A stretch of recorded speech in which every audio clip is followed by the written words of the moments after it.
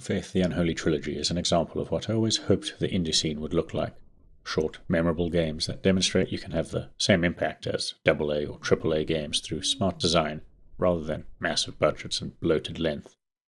Across 3 chapters, it tells a story of courage and redemption in the face of evil, as young priest John Ward deals with the aftermath of a failed exorcism, and it does so while emulating the gameplay and audiovisual limitations of an Atari 2600 or 5200 8-bit console. And to be clear up front, you have to buy into that premise to enjoy Faith the Unholy Trinity. Aside from checkpoints and its storytelling ambitions, you'll find few modern niceties. It plays out screen by screen, with the controls limited to moving in cardinal directions and a button to raise John's crucifix, restrictions that don't always apply to the spirits or demons you encounter.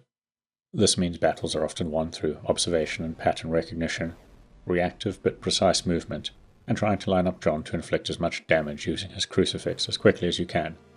The shorter the battle, the less likely you'll slip up and die to a single hit. There are also plenty of puzzles or puzzle-like encounters, including some truly convoluted interactions if you want to see all the endings, which force you to keep an eye out for environmental clues and read the many notes scattered throughout each area. You can review notes at any time, and it was never too difficult to progress, but unlocking secret boss encounters and ending variations can require a lot of backtracking that highlights the slow movement speed.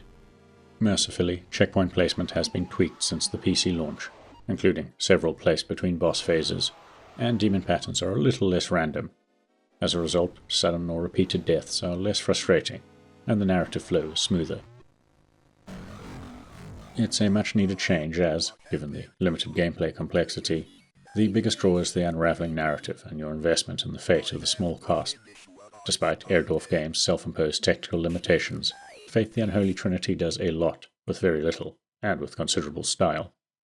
The writing is excellent, there are frequent, horrifying, rotoscope-style cutscenes. There are simple but unsettling melodies that generate atmosphere, and the distorted, low bitrate voice work feels both authentic and adds to the terror when confronted by a demon.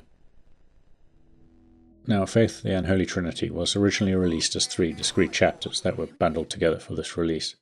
Each subsequent chapter is longer and more complex than the last, as John explores the house and surrounding woods where his first exorcism went wrong, investigates cult activities around an abandoned church and the catacombs beneath, battling alongside a fellow priest, and finally he attempts to stop the profane Sabbath ritual, ushering in the end of the world, across 3 locations over 3 days, finally discovering who or what the mysterious Gary is.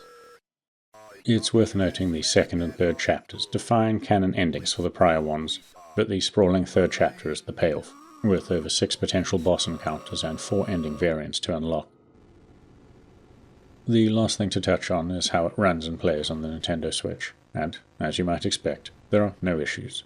It runs smoothly, loads quickly, looks great on an OLED model display, and the simple gameplay works perfectly, even with standard Joy-Cons, controllers I normally despise using. On Nintendo Switch, you're getting a version identical to those playing on a Steam Deck or handheld PC. As such, my conclusions haven't changed much since 2022.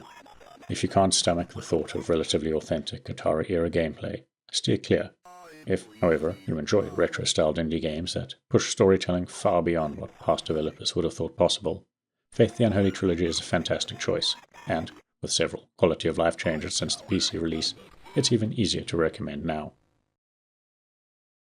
If you've got this far, please consider giving the video a like and maybe subscribing to our channel as it helps us grow.